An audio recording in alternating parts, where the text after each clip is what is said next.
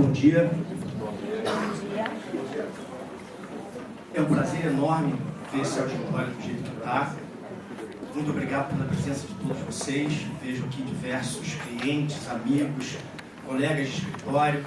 É muito bom começar uma sexta-feira vendo esse auditório cheio, vai encher ainda mais. E para discutir um tema tão atual e tão polêmico como essa lei da terceirização que foi recentemente aprovada. Queria agradecer a presença dos nossos convidados aqui, principalmente o professor Ricardo Calcini.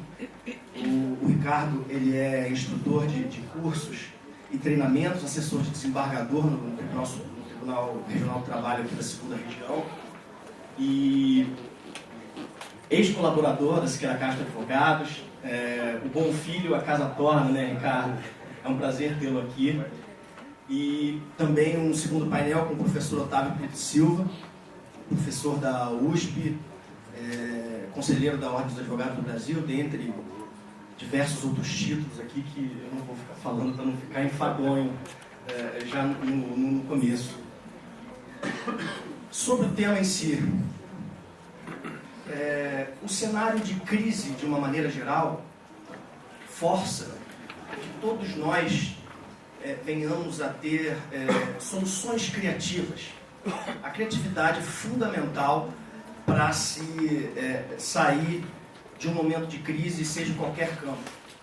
O que a gente vê hoje no país é um cenário de crise econômica, social, política, tá? E da mesma forma que a gente tem que se desdobrar para mantermos os nossos trabalhos, conduzirmos as nossas... o que a gente conseguiu em casa, a gente tem que sempre pensar diferente num cenário como o que a gente está vendo hoje. A gente viu o governo fazer isso também em relação a essa lei que foi recentemente aprovada agora no final de março. Apenas para fazer um breve histórico antes de passar a palavra ao Ricardo Calcini, esse projeto, que era um projeto de 1998, por favor, vocês me corrijam se eu estiver cometendo algum equívoco em relação às datas, um projeto de 1998, tá?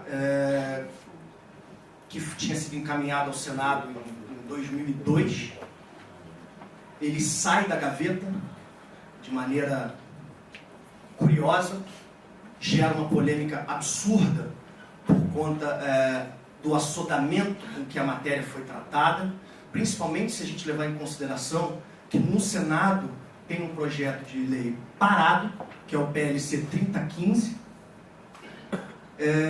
que era um projeto que versava sobre o mesmo projeto de lei que versava sobre absolutamente o mesmo tema, só que infinitamente superior em detalhes, em conceitos, em princípios muito mais arraigados, muito mais bem observados.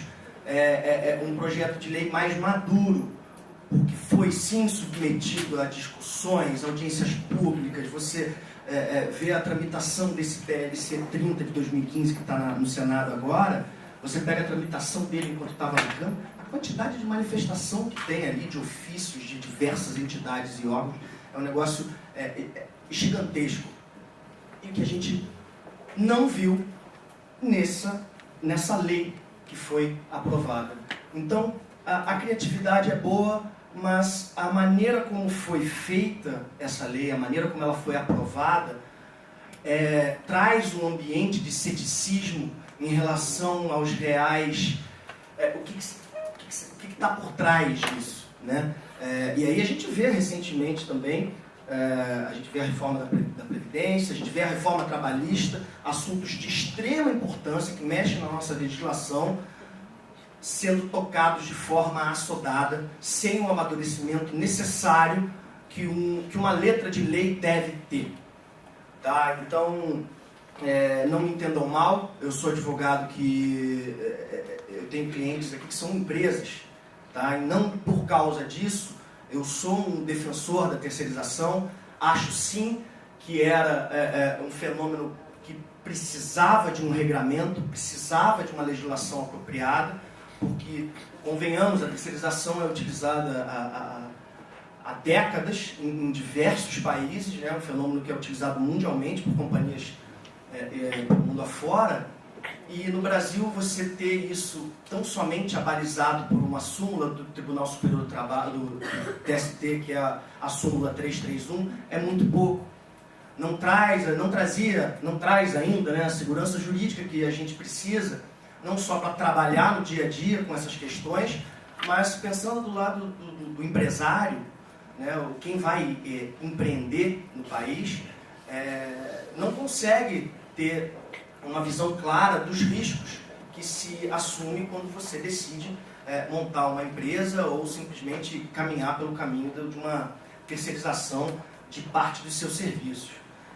Então, a maneira assodada como essa lei veio causa realmente uma certa desconfiança. Entendo que não foi um caminho adequado, mas finalmente temos uma lei que regula a terceirização. A gente vê na reforma trabalhista, por exemplo, temas que são abordados em relação à terceirização especificamente, e a gente não sabe como vai ficar a redação final, porque o projeto está no Senado, mas vai rolar muita água ainda por baixo dessa ponte. Então, dentro desse cenário de incertezas e inseguranças, a parte boa é que finalmente temos uma legislação específica sobre um tema tão importante.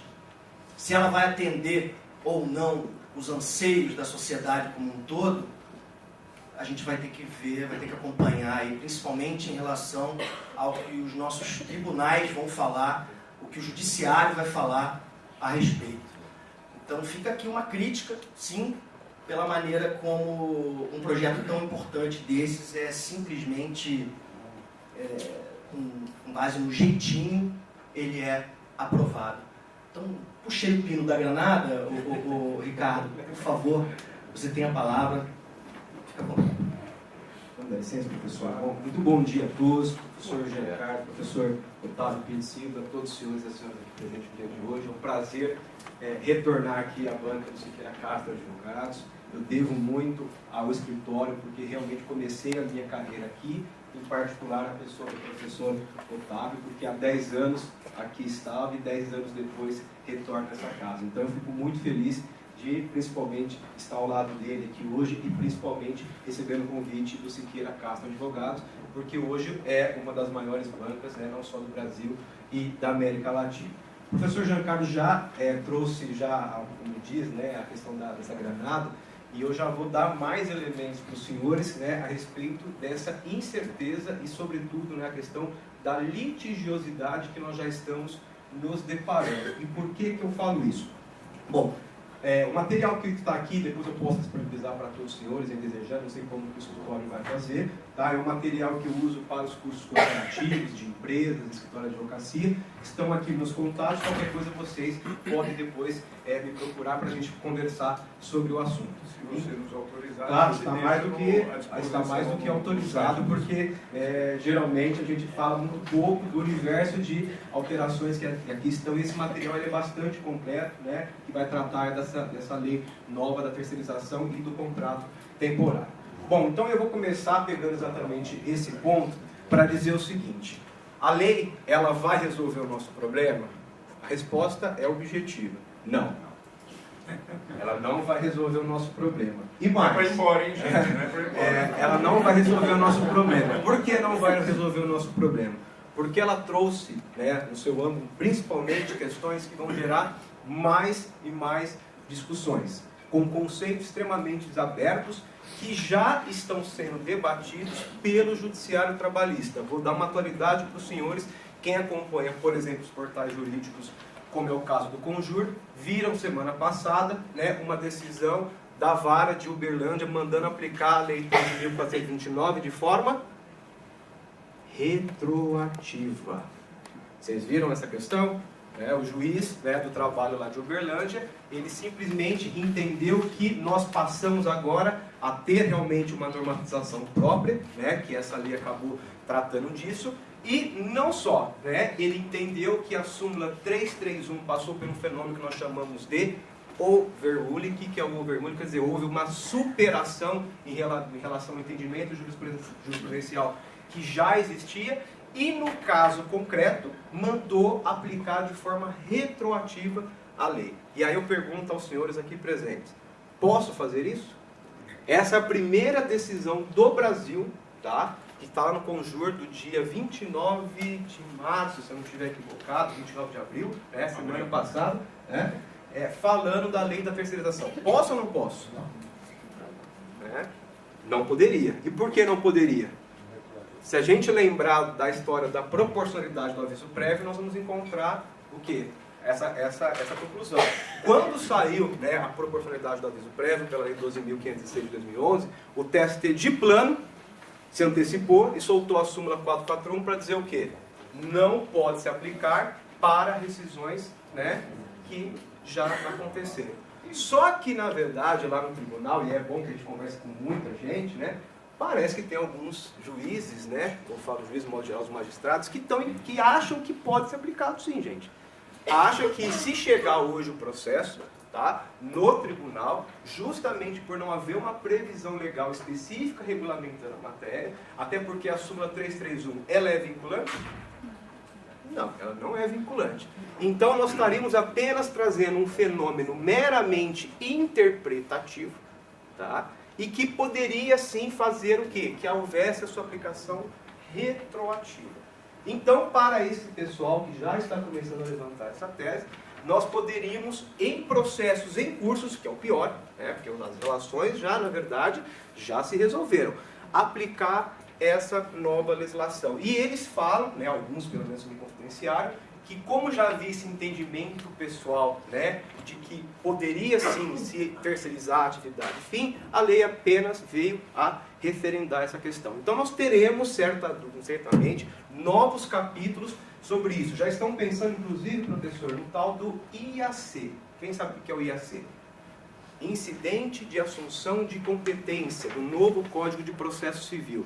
Esse IAC, na verdade, no seu trabalho, nós não temos, né, ainda uma experiência prática, salvo um caso que estava no TST tratando da convenção da OIT número 132, que, na verdade, estavam trazendo a aplicabilidade da questão das férias para, né, a legislação trabalhista. O TST acabou rejeitando, tá, esse IAC porque entendeu que a jurisprudência construída ao longo dos anos, né, não permitiria que a gente trouxesse, então, essa aplicabilidade da Convenção 132.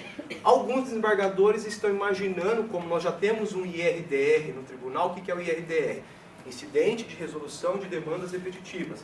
Nós já temos, é o segundo tribunal do Brasil, tá? O primeiro foi o Rio Grande do Sul, nós somos o segundo a termos um IRDR. O IRDR vai caber em matéria de terceirização? Não, porque nós precisamos de uma repetição de processos.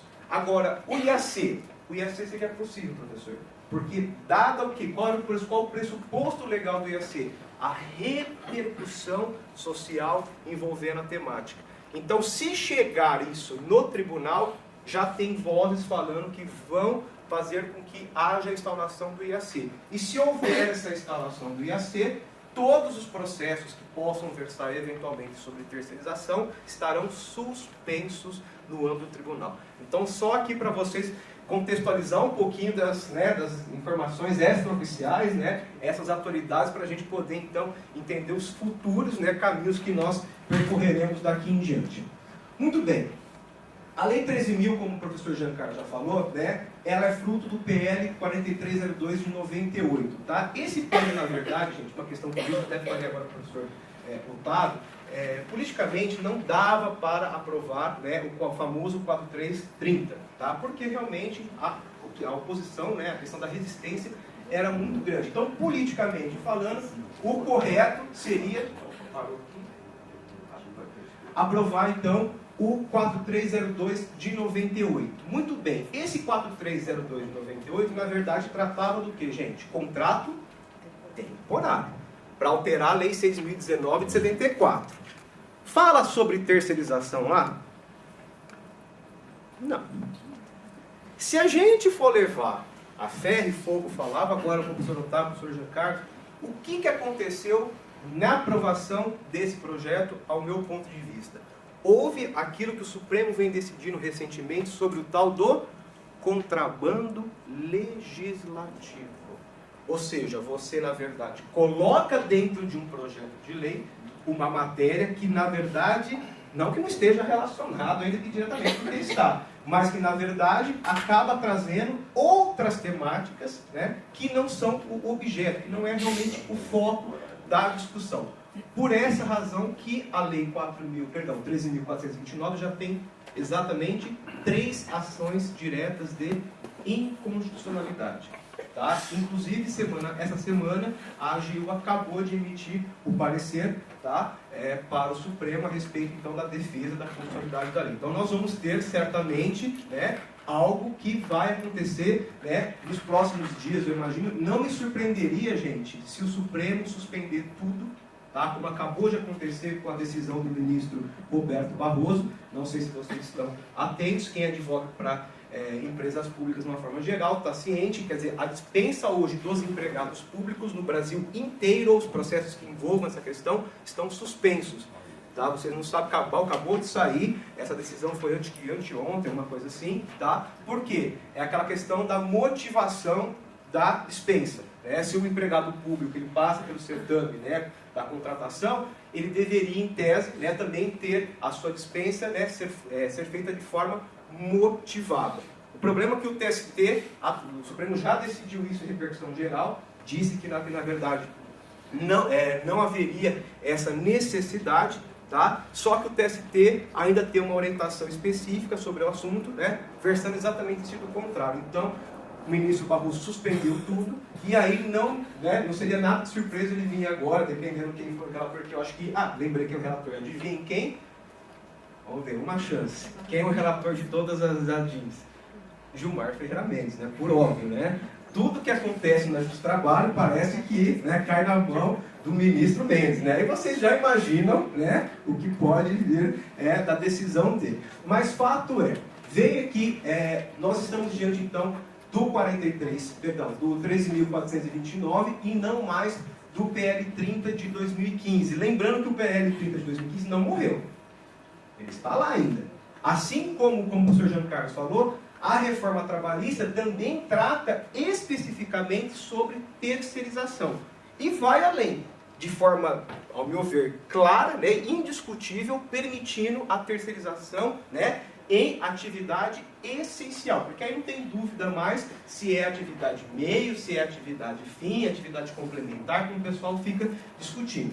Então, nesse ponto, nós não teremos mais nenhuma novidade. Bom, a Lei 6.019, então, passa a regulamentar 2 formas de prestação de serviço. Tem gente que está cometendo alguns equívocos, que está achando que é só contrato temporário. Não é. Relações, né, de trabalho, de prestação de serviços a terceiro de forma geral. Tá? Nós não estamos só no âmbito do contrato temporário. Faço um parênteses aqui para os senhores agora. Contrato temporário é terceirização de atividade fim lícita? Sim. Exatamente. É até difícil a gente falar, né, assim, confirmar, né, e tudo mais. O contrato temporário, por força legal, ele é sim uma hipótese de terceirização da atividade fim considerada lícita, não só pelo legislador, gente. O item 1º da súmula 331 do TST, que ainda está em vigência, também diz exatamente isso. Por quê? Há reconhecimento de vínculo com, em tese, o tomador em contrato temporário, sim ou não? Não. Então eu posso exatamente na atividade meio, na atividade fim, pouco importa, fazer o que haja o quê? A intermediação da mão de obra. Trazendo um conceito que a lei agora explicita um pouquinho mais, professor, para a gente poder entender essas mudanças. Terceirização de serviço é a mesma coisa que intermediação de mão de obra? Sim ou não? Também é outro problema que a lei acaba tratando. Não é. Não é. Na verdade, a intermediação de mão de obra é basicamente o que, gente? O contrato temporário. Porque você vai fornecer o quê? Exatamente, né? A mão de obra, o trabalhador, né? A merchandise que o pessoal tanto critica. E a terceirização? Ela é o quê? Ela é uma intermediação de mão de obra? Ela não é uma intermediação de mão de obra. Tanto que no PLC 30 de 2015 está lá expresso, tá?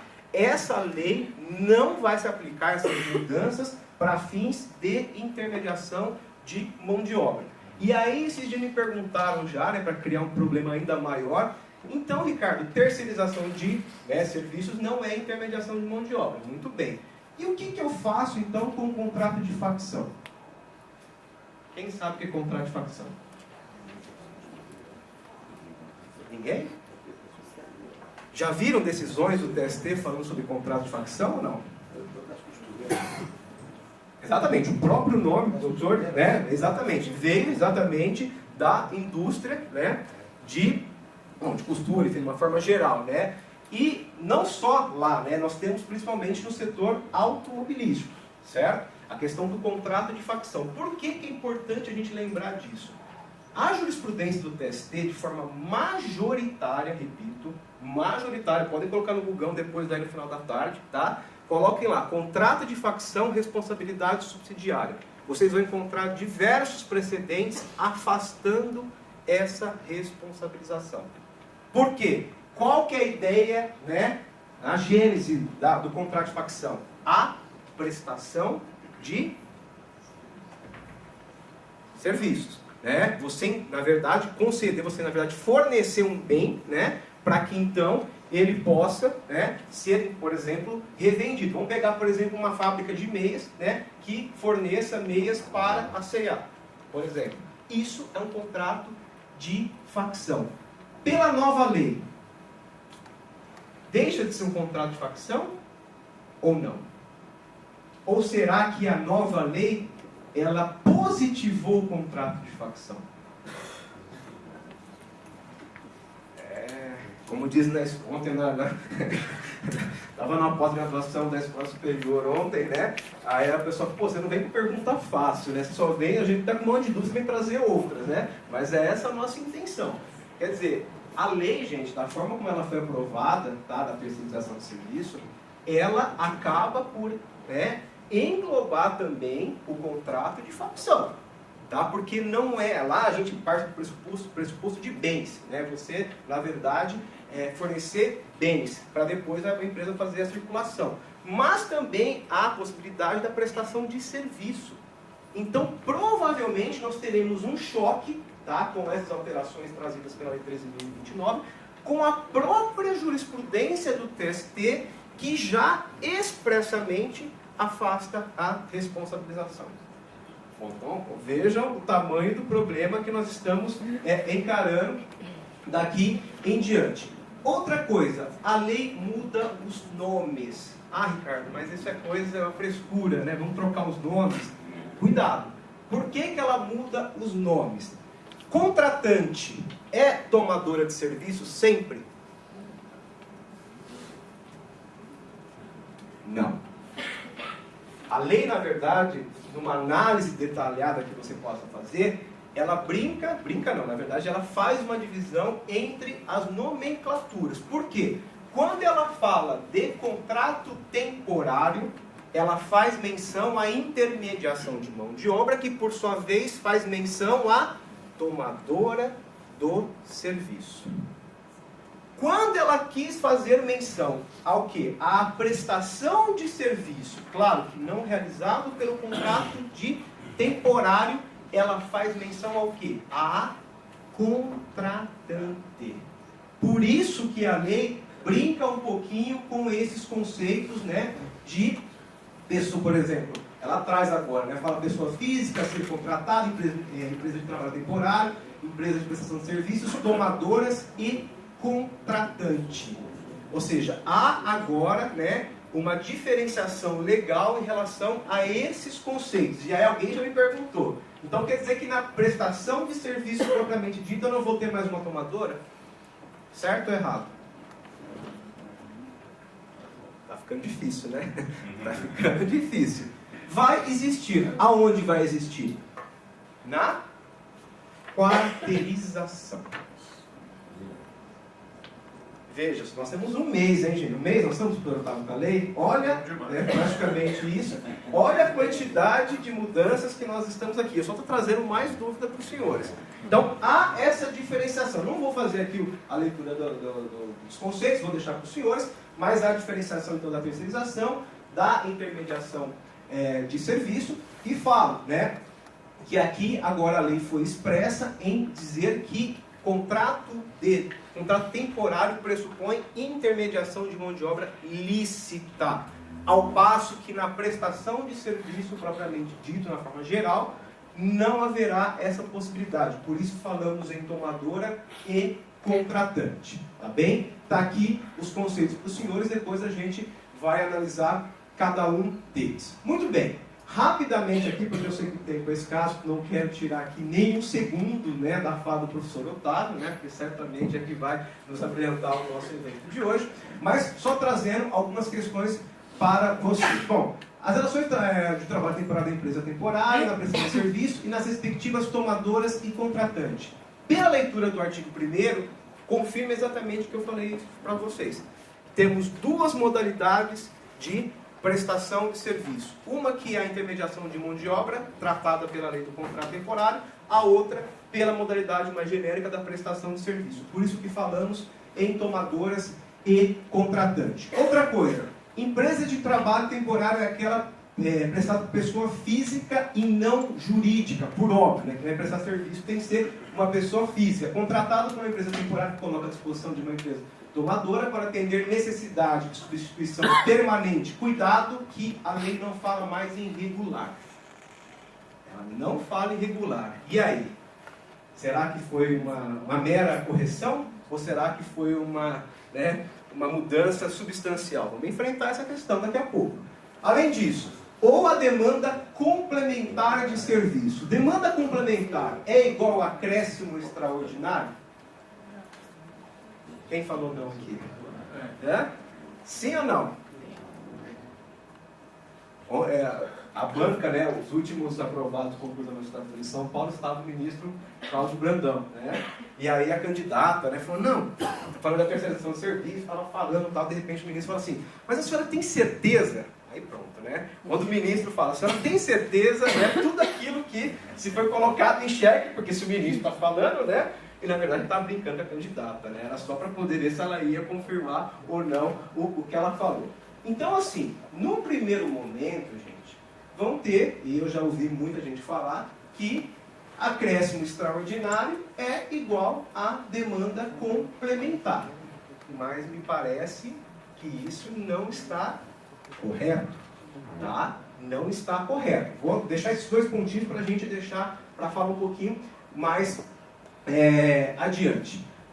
Falando aqui da 331, como eu já comentei com os senhores, em relação às críticas também que já foi colocada, só para brincar um pouquinho ainda sobre a questão dos aspectos práticos dessa lei. Contrato temporário é contrato a termo? Não? Sim ou não? Dependendo da resposta que vocês me derem, conclusões nós poderemos chegar de forma totalmente distinta. Exemplo. Vamos pegar essa decisão da SDI aqui. Posso contratar um empregado que foi submetido à prestação de serviço na modalidade temporária? Eu teria que submetê-lo depois ao contrato de experiência? Não. É o que diz a decisão do ministro Brito Pereira. E a estabilidade da gestante? Tem estabilidade? Com base? Mas a lei diz que há estabilidade da gestante na lei de contrato temporário? A súmula 244 diz. Só que a súmula 244 faz menção ao quê? A contratos a termo. Então, a pergunta que eu acabei de fazer para vocês, vocês acabaram de responder. O contrato temporário e o contrato a termo. Certo? E por que será que o TST, então, não entende que há estabilidade da gestante no contrato temporário? Acabou de sair uma decisão no mês passado. Não há estabilidade da gestante na lei do contrato temporário. O que leva a crer também que não haverá estabilidade do acidentado na lei do contrato temporário. O que leva também uma outra conclusão mais adiante, que todas as estabilidades provisórias seriam incompatíveis com a lei do contrato temporário. E aí volta a minha pergunta inicial. Lei do contrato temporário. Contrato temporário é um contrato a termo?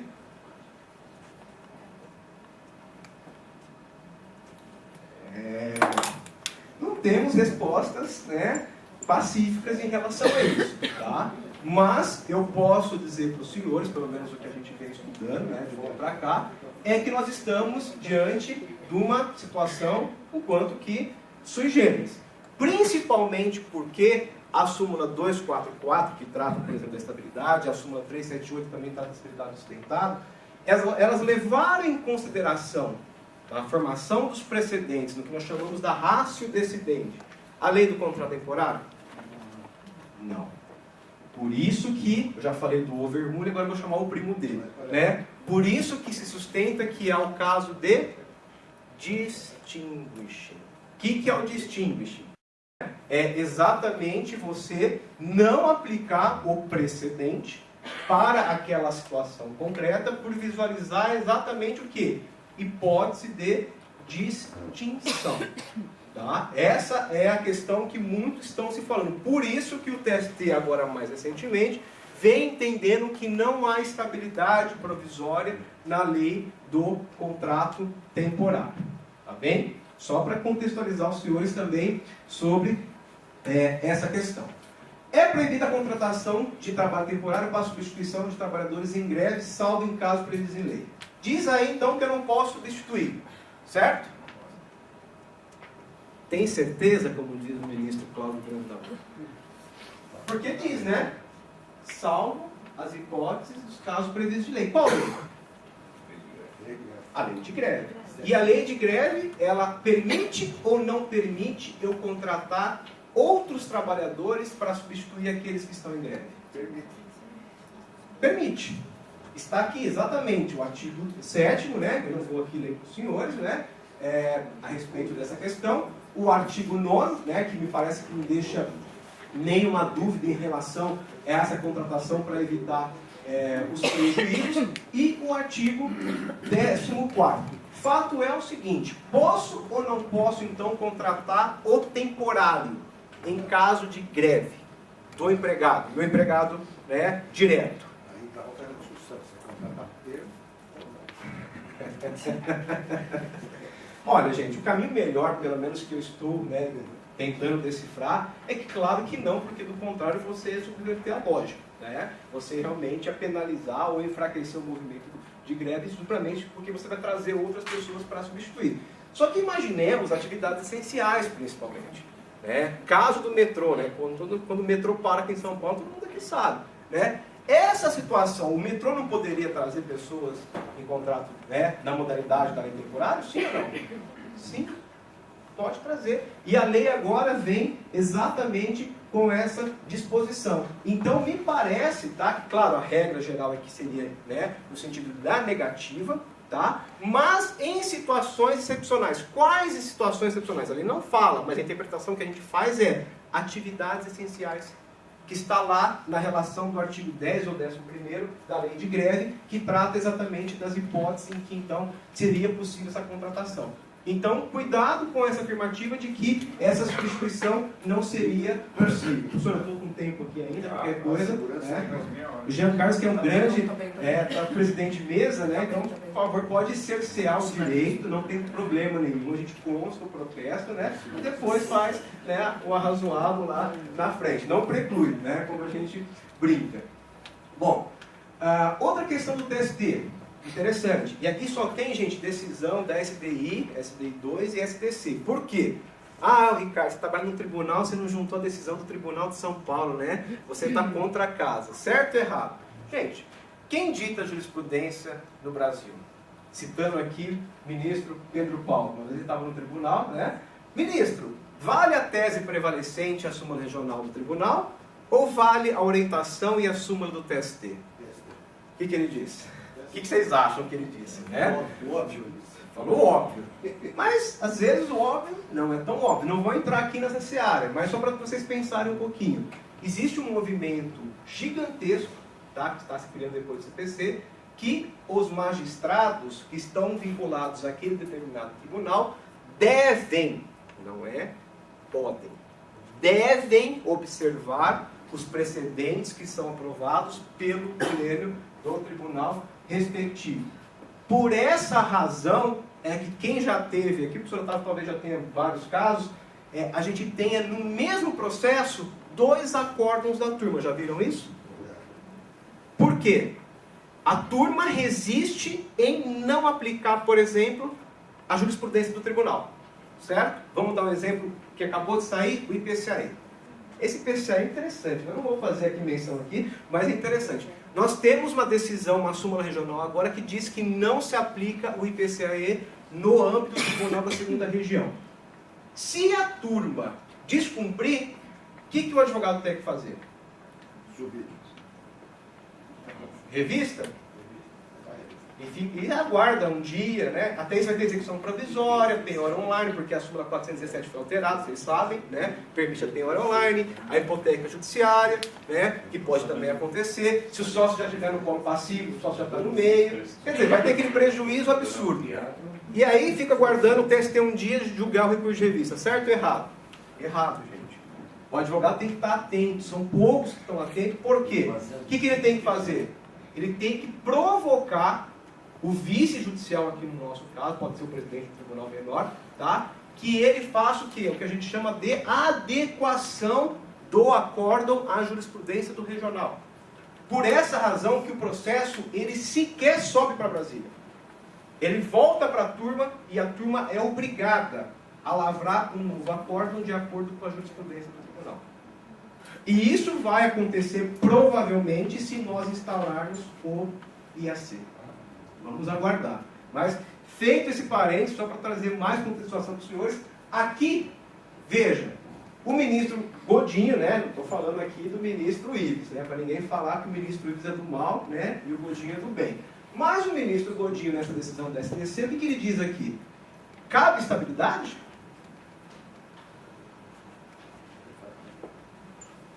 Não cabe. Então, essa decisão que eu acabei de mencionar para os senhores, essa decisão da STC reforça o argumento no sentido de que nós estamos diante de uma incompatibilidade de estabilidades provisórias, eventualmente envolvendo trabalhadores temporários, tá? Por quê? Porque estamos diante de uma contratação, repito, sui generis. É algo que não é nem no contrato a termo, como também não está no contrato indeterminado. Até porque agora vocês sabem que o contrato, né, temporário ganhou um super prazo. Qual foi esse prazo? 180 dias, mais... Mas vai mudar, né? Aquela forma vai mudar. Mais 90. Então quer dizer... 120 vai ser... E aí, acho que eu vou conseguir entrar, né, nessa questão. Já me perguntaram o seguinte: eu sou uma micro e pequena empresa. Eu não sou aqui, né, cliente do Siqueira Castro, né, as grandes empresas. Mas eu sou um pequenininho, tá? Eu não quero contratar um trabalhador ou uma mulher, para pegar bem na ferida da questão, por conta de estabilidade, uma série de coisas, né? Eu não sei como é que vai ser, né, minha vida aqui como empresa pequenininha nos próximos anos. Eu posso contratar ela para atuar dentro da essência da minha atividade, durante o prazo que eu acabei de comentar, 180 dias prolongados por mais 90, sim ou não? Temporário? Temporário. Posso, claro. Sem nenhuma justificativa, simplesmente observando o prazo legal. Porque se vocês me afirmarem que sim, a partir de agora, então eu posso confirmar, né, que toda contratação que não exceda 180 prorrogável por 90 pode ser admitida por contrato temporário, e isso não vai implicar vínculo de emprego, reconhecimento de estabilidade, uma série de coisas. Dentro da atividade, sim, fim. Claro. E se a gente afirmar isso daí, Quer dizer que então agora eu não preciso mais contratar de forma indeterminada? É isso? Os requisitos aqui de temporada. Quais seriam esses requisitos então? Vamos lá? Os dois, cumprir eles. Eles se contratam. Considera-se demanda complementar o quê? Fatos imprevisíveis ou decorrente de fatores previsíveis que têm natureza intermitente, periódica ou sazonal. O que é fato previsível e o que é fato imprevisível? Dentro da empresa, vamos pensar aqui, vocês que são aqui os clientes, né? O que é um fato previsível? O que é imprevisibilidade dentro da empresa dos senhores? Previsível, eu já tenho um caso. Por exemplo, vai ser um empregado de férias e eu vou contratar um outro. Esse é o previsível. Tá. E o imprevisível, eu tenho O imprevisível seria, por exemplo, eu assumir um novo cliente, um novo projeto. um novo projeto. É isso? Um acidente de trabalho, por exemplo. Um acidente de trabalho pode ser imprevisto. Férias é imprevisto? Não. Não. A licença maternidade é imprevisto? Sim ou não?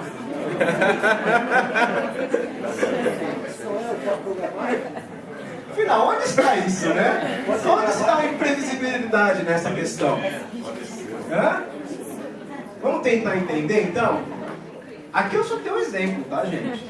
Isso aqui é só uma coisa exemplificativa, tá? Previsíveis, tá?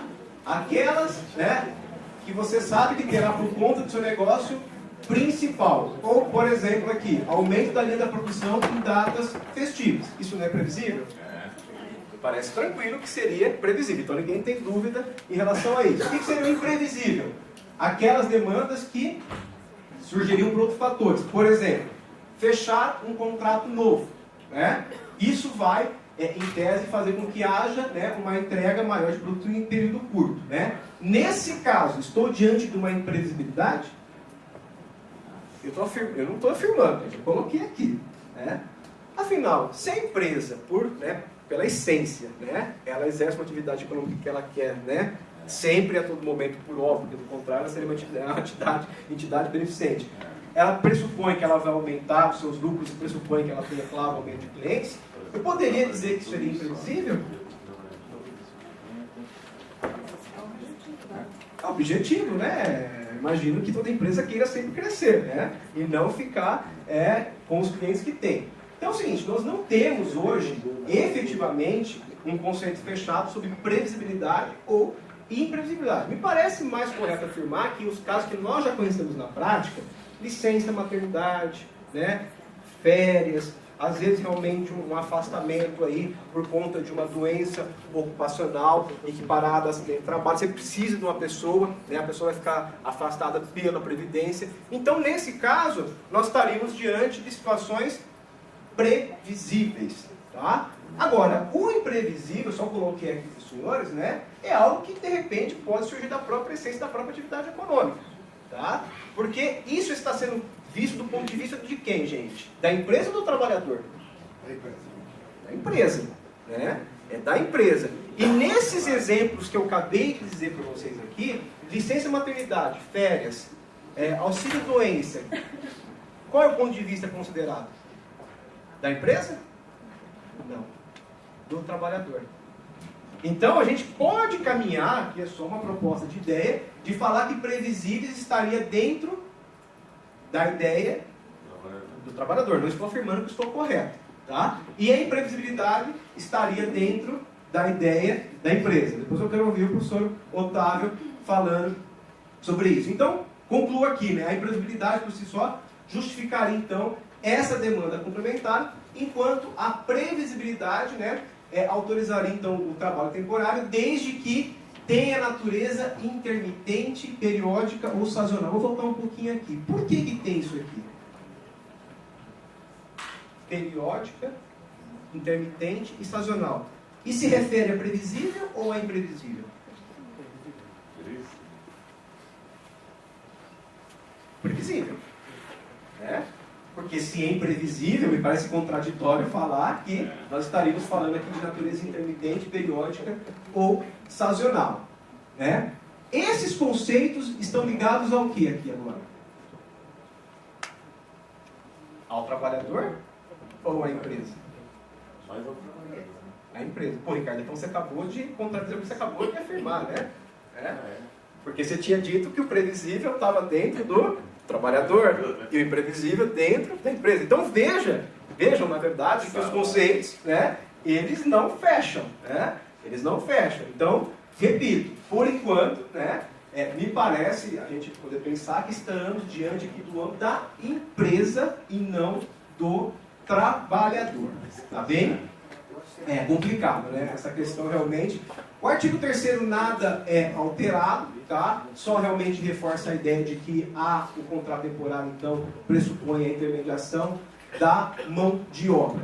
Agora, olha que interessante essa comparação que alguns colegas já estão fazendo em relação ao artigo 443 da CLT. O que diz o artigo 443 da CLT, gente?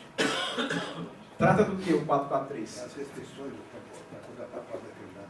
Do prazo determinado, certo? Quando a gente faz menção, por exemplo, né? 443. Tá errado? Tá errado? Oh, meu Deus. Então, erro material, né? Por favor, não.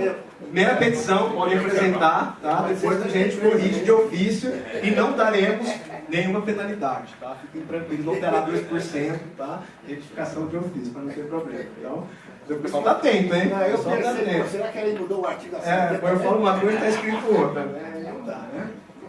O parágrafo 2º, que trata da linha A, fala serviço cuja natureza ou transitoriedade justifique a pré-determinação.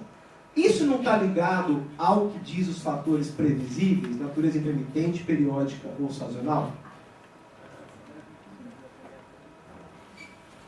Tá ou não tá? Parece que sim. Então, Ricardo, você vai agora reformular o que você falou, né? Para dizer então que o contrato temporário é um contrato a termo, na forma da CLT. Então nós estaríamos diante de todas aquelas estabilidades que você acabou de falar que não se aplica. Tá vendo? Uma pequena lei, hein, gente? Imagine, né, o tamanho da discussão que nós temos. Isso aqui é uma analogia, por exemplo, quem fez essa analogia foi o professor da USP, o professor Gustavo Felipe Barbosa, né? Ele construiu essa ideia a respeito de que essa intermitência, essa questão de ser periódica, atividade e sazonal, estaria dentro exatamente da linha A do parágrafo 2º do artigo 443. Eu acho que está misturando as coisas. Mas, né, quem sou eu para falar, né, afinal estamos aqui diante, né, dos professores da Universidade de São Paulo que possam, né, confirmar o que eu estou a dizer. Mas não sou eu aqui, o professor deve-se ter a fonte para, de repente, aí, não ter maiores dúvidas, né? Então ele faz essa analogia em relação ao contrato a termo. E aí, se a gente fizer isso, olha a conclusão que ele chega. Interessante, hein? Portanto, a empresa tomadora poderá, nessas hipóteses, escolher entre a contratação de trabalhador temporário ou como empregado efetivo por prazo determinado, quando o prazo não for superior a 180 dias, deixando para a contratação direta atividades que exijam maior prazo, uma vez que a CLT permite que isso aconteça em até 2 anos. Ou seja, pegando o que eu acabei de falar, eu posso escolher como empresa, a partir de agora, contratar funcionário efetivo e um temporário? Na atividade fim, para que a gente não brigue mais com relação à atividade meio e atividade fim. Olha, depois o professor pode conversar com, né, o Dr. Gustavo, mas assim, parece que sim. Então eu posso escolher, né, se a gente entender que há realmente essa equiparação, eu posso escolher entre ter um empregado efetivo, com todos os riscos que os senhores já conhecem, né, ou ter um trabalhador temporário. Desde que, claro, eu observe o prazo que lá esteja previsto. Porque o contrato temporário, eu já falei aqui, ele é uma hipótese de terceirização lícita da atividade da tomadora de serviço. Vocês estão concordando comigo ou não? Vocês estão com uma cara assim que eu estou imaginando, né? Ou ele está criando umas teses mirabolantes, né? Ou realmente, né, eu estou tirando aqui uns coisas da cartola que não existem. Será que mudou ou não mudou, né? Nós vamos ver daqui a pouquinho. Mas então, para concluir, também passando a palavra para o senhor Otávio, que já vai na sequência falar, o artigo 4º, gente, veja, ó, tudo é feito de extinção. O artigo 4º tem caput, né, na verdade, perdão, sem aqui a linha A, né? Empresa de trabalho temporário é pessoa jurídica. Outra novidade. Na lei anterior falava em quê? Pessoa física. Não é mais possível, então, nós afirmarmos que a empresa de trabalho temporário seja, né, uma pessoa física. Então, ela tem que ser pessoa jurídica, devidamente registrada no Ministério do Trabalho, responsável exatamente por a colocação. Não vou entrar aqui nos serviços determinados e específicos, porque isso vai ser o desafio do professor Otávio, né? Mas a gente vai tratar disso daqui em diante. Veja que o material aqui tem várias questões aqui que eu vou trazer para o professor Otávio sobre essa questão. Argumentos favoráveis, pontos polêmicos, argumentos contrários. Deixa eu passar aqui para a gente dar. E tem coisa, gente. A questão da reforma, né? A questão do serviço ainda contra a relação da questão do serviço, a questão do vínculo, né? Interessante aqui, né? Não se configura o vínculo, né, entre trabalhadores, sócios das empresas prestadoras de serviço, qualquer que seja o ramo, e a contratante. Aqui está falando do quê?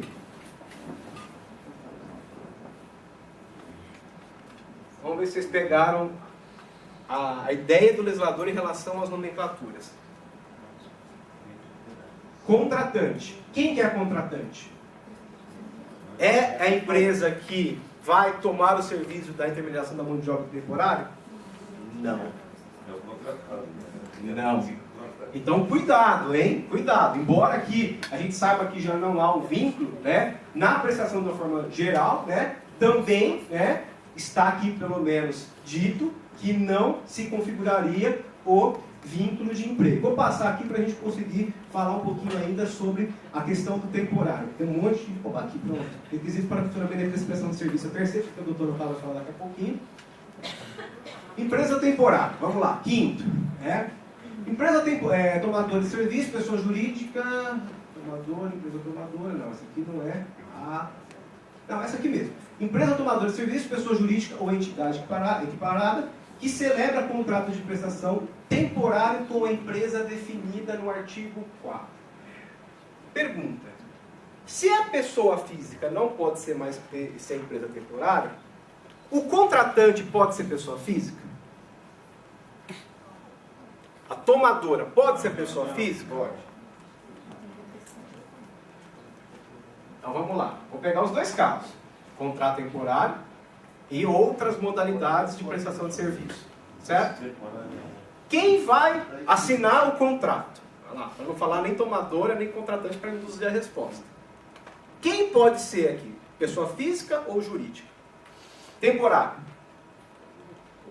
Há diferença em relação à terceirização? Sim ou não? Aonde que é a diferenciação, gente? Ó o cuidado com a palavra.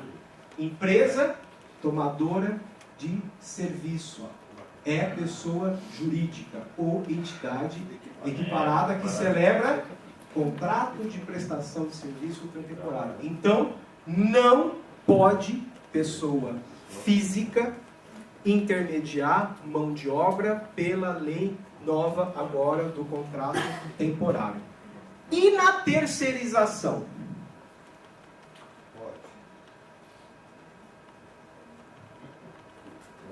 Pode.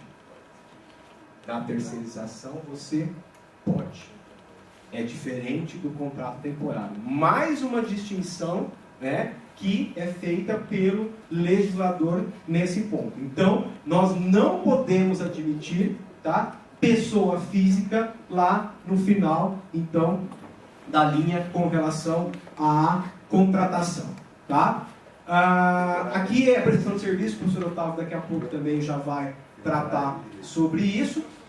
A questão aqui do serviço da demanda complementar eu já falei, depois eu vou entrar um pouquinho só no serviço especializado, se eu tiver tempo ainda, professor, né? E só para também chamar um pouquinho de atenção, gente. Administração pública. E agora? E agora? O Tribunal Regional do Trabalho. Esses dias alguém me perguntou isso lá, né? Porque é assim, né? Os desembargadores batem cabeça, respeito a palavra, claro, né? E aí sai todo mundo perguntando para um monte de gente, aí chegou até a mim essa pergunta, né? Porque nós temos lá o que, gente? Serviço de... Vocês passam lá no tribunal, vocês veem todo dia. Tem de gente que fica lá para receber, né? Vigilância, limpeza, uma série de coisas. E agora com a lei do contrato, com a lei nova, que mudou a lei do contrato temporário, como é que eu faço? E quando eu falo administração pública, não é só direta. Eu estou falando da indireta também, né? Que pode ser também colocado como tal. E aí? Há vedação? Há permissão? Não há nenhum nem outro? Ninguém sabe o que vai acontecer? Como é que é? Alternativa A, ninguém autoriza, B não autoriza, ou fica assim, nenhuma das anteriores? Gente, a questão está totalmente aberta. Né? Totalmente aberta. Tanto é que o tribunal lá está na dúvida, né? Se vai, na hora que eles fazem aquela licitação e uma série de coisa e tal, e algumas questões particulares, se vai começar a admitir na modalidade de contrato temporário, ou se vai admitir na prestação de serviço geral, porque a lei ela não proíbe, mas também não permite. E esse ponto, né, agora, certamente, mais ainda que a questão da atividade fim. Eu vou encerrar aqui porque eu já vi que está no horário aqui, não, imagina, para a gente poder tratar, então, da questão da prestação de serviço. Só para arrematar, aqui em relação ao temporário, gente, veja, olha, prestação de serviço, diz claramente aqui que a contratante poderá estender, né, ao trabalhador da empresa de prestação de serviço o mesmo atendimento médico, ambulatorial, refeição, etc, etc. Isso na prestação de serviço e na lei do contrato temporário. É diferente. É diferente em que sentido? Uma única palavra está fazendo a diferença. Qual palavra? Uma estenderá e outra poderá. Poderá e estenderá. Isso faz diferença? Muito. Dizem, né, que o legislador não tem palavras inúteis, né? Então, se efetivamente ele não tem, é totalmente, né, possível se afirmar que a obrigatoriedade dessa equivalência, né, ela está restrita ao contrato temporário. Ao passo que na prestação de serviço, então, de uma forma geral, isso seria meramente, né, facultativo. Mas a reforma já mudou. Pois é, né? A reforma que o professor Giancarlo está falando. A gente está falando aqui, antes do recesso parlamentar, de repente a gente vai ter novas, né? Tudo diferente. E eu vou falar para vocês que não está fácil, gente, no tribunal, a gente tratar de tanta mudança. Falar o professor Otávio agora. Acabou de sair o CPC. A gente mal sabe o que está escrito lá. E operar. Aí sai a lei da terceirização, que a gente está começando a entender, enfim, quais são os conceitos corretos. E mal vai sair a lei, vai começar a ser aplicado e vem a reforma. Ou seja, eu tenho até pena do pessoal do TST, porque é tanta coisa que a gente não vai dar conta de tanto litígio que vai acontecer. Bom, relação à responsabilidade, tá? Aqui está falando da prestação de serviço de uma forma geral, não do temporário. Eu só quero fazer essa observação, não sei se o professor Otávio vai comentar, porque ao meu ver, gente, a OJ 191, que trata do dono da obra, ela passou pelo fenômeno no caso do overruling. Por quê? Porque a OJ diz que não há responsabilidade do dono da obra, tá? Seja ela solidária ou seja ela subsidiária. Inclusive essa temática, para quem não está acostumado ainda, já foi afetada naquilo que nós agora também estamos começando a fazer, do tal do recurso de revista repetitivo. O pessoal já está acostumado com isso? Já acabaram de decidir o divisor bancário, acabou de sair o precedente da certidão de antecedente criminal, que vocês viram faz o que? Menos de um mês, e lá está também esse tema, que vai definir se esse dono da obra tem que ser pessoa física, pessoa jurídica, enfim. Só que já estão sustentando que com o advento da nova lei, não há mais nenhuma dúvida que mesmo o dono da obra tem agora o quê? Responsabilidade, ainda claro que ela seja subsidiária, porque a solidariedade pressupõe previsão legal ou fraude. Tá bem? Ainda aqui sobre a questão de terceirização, vejo aqui que tem muita informação aqui, mas só para concluir a questão do temporário, tá? Quais são os requisitos de funcionamento? Tá lá, inscrição do CNPJ do Ministério da Fazenda, né? A prova do registro da junta comercial da localidade da sede, e aí começa a questão do capital social, né? A respeito, então, de ser de no mínimo R$100 mil, tá? O 7º e o 8º nada foi alterado. O 9º, tá? Em relação ao contrato temporário, vocês têm que lembrar que existem 2 contratos quando a gente fala em lei do contrato temporário. Existe o contrato que é firmado da empresa de contrato temporário com o trabalhador e da empresa de contrato temporário com o tomador. Porque muita gente pergunta, mas o cara que trabalha para a empresa de trabalho temporário, o que ele é com relação a essa empresa? Ele é empregado ou ele não é? Ele é empregado, gente. Em relação à empresa temporária, ele é empregado, tá? Não é em relação ao tomador, mas é em relação à empresa temporária. Por isso que nós estamos falando aqui que, na verdade, tem que ser 2 contratos, tá? Inclusive, 2 contratos escritos, tá? Não admite pactuação de forma verbal. E o que tem que estar lá nesse contrato, principalmente quando é firmado com o tomador? Está lá, ó, qualificação da parte, justificação da demanda do trabalho temporário, o prazo, o valor da prestação de serviço, disposições sobre segurança e saúde do trabalhador, independentemente da realização do trabalho. E está lá, olha, para primeiro, é responsabilidade da contratante garantir segurança e higiene, que eu acabei de falar para os senhores. Ou seja, há essa necessidade, primeiro, da equivalência, né? E segundo, de se observar o quê? As normas de segurança e higiene do trabalho, independentemente do local da prestação de serviços, tá bem? E aí, o mais polêmico, vou parar aqui, professor, porque eu quero deixar o gancho para o senhor. Parágrafo 3º. O contrato de trabalho temporário pode versar sobre atividade, meio e fim a serem executadas na empresa de prestação de serviço. Eu vou encerrar aqui, né, para dizer o seguinte, e aí já levanta a polêmica o senhor Otávio. Não me parece que haja dúvida que no trabalho temporário, afirmei no começo da minha apresentação, é possível você não só intermediar a mão de obra, como que essa intermediação seja feita na atividade fim. Não sou eu quem estou dizendo. O legislador está aqui afirmando. E na prestação de serviço que não seja regida pela lei do contrato temporário? Porque lá não fala. Professor, obrigado pelo convite. Professor Jean Carlos, mais uma vez, obrigado pela lembrança. E agradeço a atenção com que me ouviram nessa manhã. Tá? Fico à disposição dos senhores para os nossos debates ao final do nosso encontro. Muito obrigado. Até daqui a pouco.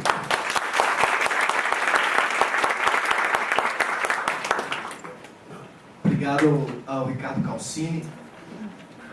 Eu tive a oportunidade de assistir algumas palestras do Ricardo e a gente sai meio tonto. Uma avalanche de informação que ele joga em cima da gente, o que revela toda a técnica dele. Realmente é de se lamentar, Calcini, que você não tenha feito parte de nenhuma comissão dessas, para a gente não ter um texto tão pobre em detalhes. Tenho certeza que com a sua participação numa comissão dessas, se fosse possível, a gente teria um texto muito mais rico e com muito menos incertezas que, na verdade, nos remetem a um grau de subjetividade de interpretação gigantesca. Uma reunião prática com o cliente ao perguntar sobre riscos, seja a realidade que o próprio Ricardo passou para a gente, dos próprios julgadores, juízes e desembargadores, que estão literalmente, como eles batendo cabeça sobre como decidir, como interpretar o texto da lei, o que é de se lamentar para um assunto tão importante. Como ele também muito bem pontuou, novidades virão. A gente está vendo, na verdade, um Frankenstein ser montado, né? Que o texto da reforma trabalhista abarca terceirização. A gente tem esse projeto de lei que está no Senado que a gente não sabe ainda qual vai ser a redação final, se ele vai à frente, se ele vai parar. Então, muita coisa ainda pode acontecer. Bom, dando continuidade aos trabalhos de hoje aqui, o professor Otávio Silva vai falar sobre os problemas jurídicos da lei da terceirização. E aí, como tanto a questão do trabalho temporário como a prestação de serviços de uma maneira geral estão abarcadas na mesma lei, a gente fez a distinção para justamente ter duas exposições com olhares, né, distintos e nada melhor que o professor Otávio Silva para passar, inclusive, não com um tom provocativo quanto o Calcini, mas com um olhar bem crítico em relação ao texto de lei que foi aprovado. Então, com a palavra, professor Otávio, é sempre um prazer. Bom, então, vamos dar sequência e, como bem disse o Jean, a ideia é que a gente segmentou a análise da lei nesses dois tópicos, né, do trabalho temporário e da prestação de serviços em geral. Então, o que eu vou buscar focar agora é essa segunda parte da lei da prestação de serviços em geral. E aí eu queria começar com o nosso presidente da Câmara, né, que em declaração recente disse que a Justiça do Trabalho nem deveria existir, né? Quer dizer, foi uma declaração num evento realizado no dia 8 de março em Brasília, onde ele acusou a Justiça do Trabalho de irresponsabilidade, disse que a Câmara teve que aprovar uma regulamentação da gorjeta porque a Justiça do Trabalho estava quebrando todo o setor de bares, hotéis, restaurantes lá no Rio de Janeiro, né, que é a área onde ele foi eleito, né, o estado onde ele foi eleito, e que por isso a Justiça do Trabalho nem deveria existir. Na avaliação dele ainda, nas entrevistas que ele deu nesse dia, o excesso de regras no mercado de trabalho criou 14 milhões de desempregados no Brasil e, vejam, ele deu um recado naquele dia, 8 de março. Acho que a gente vai avançar na regulamentação trabalhista. Infelizmente, o presidente Michel não vai gostar, mas acho que a Câmara precisa dar um passo além daquilo que está colocado no texto do governo. O governo tinha mandado aquela proposta de reforma trabalhista em dezembro, né, mexendo em cerca de 7 artigos da CLT, e o que nós vimos, a Câmara aprovou recentemente uma ampla reforma trabalhista, mexendo em 117 artigos da CLT. Então, ele já tinha dado o recado lá. Mas olha só, Rogério Marinho foi o deputado que era o relator dessa reforma trabalhista lá na Câmara. E ele disse, acha que os tribunais extrapolam e quer uma justiça mínima. Quer dizer, o contexto do substitutivo que ele apresentou para a reforma trabalhista está muito voltado nisso. Vamos diminuir a atuação da Justiça do Trabalho. Quanto menos justiça, melhor, ele falou, ele colocando, né? Por outro lado, o ministro Gilmar Mendes, do Supremo Tribunal Federal, dizendo que o TST é um laboratório do PT, né? Num evento que ele realizou em São José dos Campos, e criticando a atuação da Justiça do Trabalho e o excesso de regulamentação acerca de questões trabalhistas previstas na nossa legislação. Ou seja, a gente vê a Justiça do Trabalho sob ataque aí, né? Quer dizer, ataque que já tinha começado no ano passado, com cortes orçamentários. Quer dizer, a Justiça sofreu uma grande redução do seu orçamento. O princípio protecionista, que sempre foi aquele que, na verdade, fundamentou o direito do trabalho, um princípio está sendo fortemente questionado. Quer dizer, a reforma trabalhista, então, todo o conteúdo do direito material do trabalho é posto em debate. Essas alterações que eu falei, em cerca de 117 artigos, né? Quer dizer, muitas delas são realmente alterações que estão questionando a ideia do princípio protecionista do direito do trabalho, e a consequência que a gente vê é que o órgão do judiciário que aplica esse direito material é apontado como o grande vilão. A Justiça do Trabalho realmente hoje está em xeque, né? Eu trouxe essa notícia aqui, acho que está meio difícil de ver aqui, mas a ideia ali, olha lá que estava colocado. Capixaba ganha o direito de se masturbar no trabalho. Saiu publicada essa notícia num site aí desses, né? Pop, chama o site lá, era uma analista contábil que teria uma doença, uma alteração química no seu cérebro e que ela teria, então, uma necessidade de se masturbar várias vezes durante o dia. E um juiz do trabalho, da vara de Vila Velha, no Espírito Santo, teria concedido o direito de ela, a cada 2 horas de trabalho, parar para 15 minutos e ir ao banheiro. Gente, a notícia é falsa. A notícia é falsa. Não existe vara do trabalho em Vila Velha. Não existe esse juiz do trabalho aí, Antonino Jurinski Garcia. E essa moça também não existe. Ou seja, o que eu estou mostrando, que eu quis trazer com essa notícia, é exatamente como há um clima desfavorável à justiça do trabalho. E isso aqui viraliza na internet. Eu recebi por WhatsApp esse negocinho aí. Essa notícia. E é falso. Resolveu o problema. Olha, o direito do trabalho, ele tem, de acordo com essa lição do professor Jean-Claude Javillier, da Universidade de Paris, uma missão no mundo inteiro, que é de proteção dos trabalhadores. Essa é uma missão sempre existiu, tradicional do direito do trabalho, de fazer a proteção do assalariado, mas tem um segundo aspecto. O direito do trabalho também precisa servir para a promoção das relações de trabalho, para que as empresas possam encontrar os trabalhadores necessários para o desenvolvimento da sua atividade econômica. Então, é preciso superar esse grande desafio, como proteger o trabalhador e como também promover as relações de trabalho por meio de leis que se mostrem efetivas na possibilidade de contratação dos trabalhadores por diferentes mecanismos, diferentes meios. É esse segundo aspecto que o Brasil peca, porque há uma dificuldade de avanço no que se refere à promoção das relações de trabalho. O critério fundamental usado para a construção desse sistema de proteção social, que é o direito do trabalho, sempre foi a subordinação. Quer dizer, a subordinação vista como o elemento indispensável para a configuração da relação de emprego e, portanto, como um mecanismo para a aplicação de toda a legislação trabalhista protetiva. O professor Peroni, da Universidade de Roma, nos diz que há uma atual inadequação desse esquema legal de subordinação em face da evolução da tecnologia e dos sistemas de produção.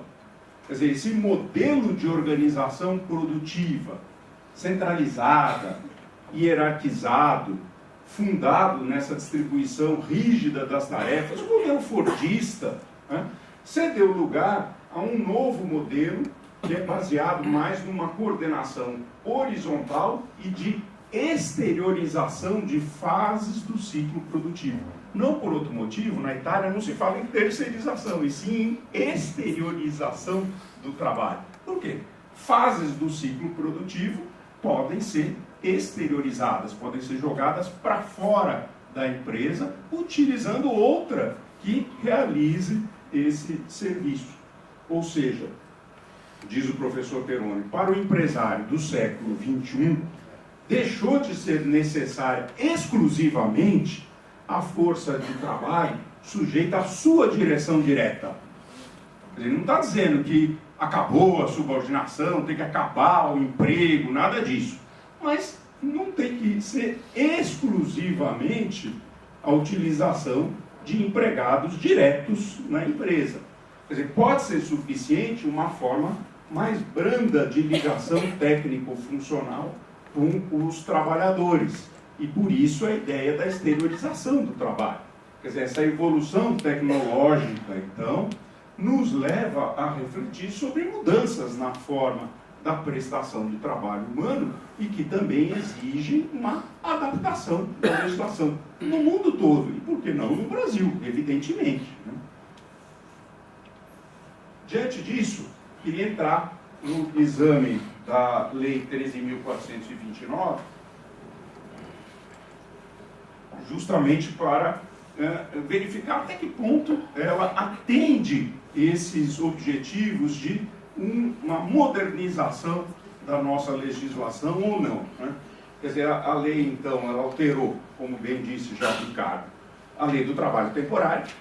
Por exemplo, essa lei 13.429, ela veio para modificar a lei 6.019, que tratava do trabalho temporário, e agora, além do trabalho temporário, também dispõe sobre as relações de trabalho na empresa de prestação de serviços a terceiro.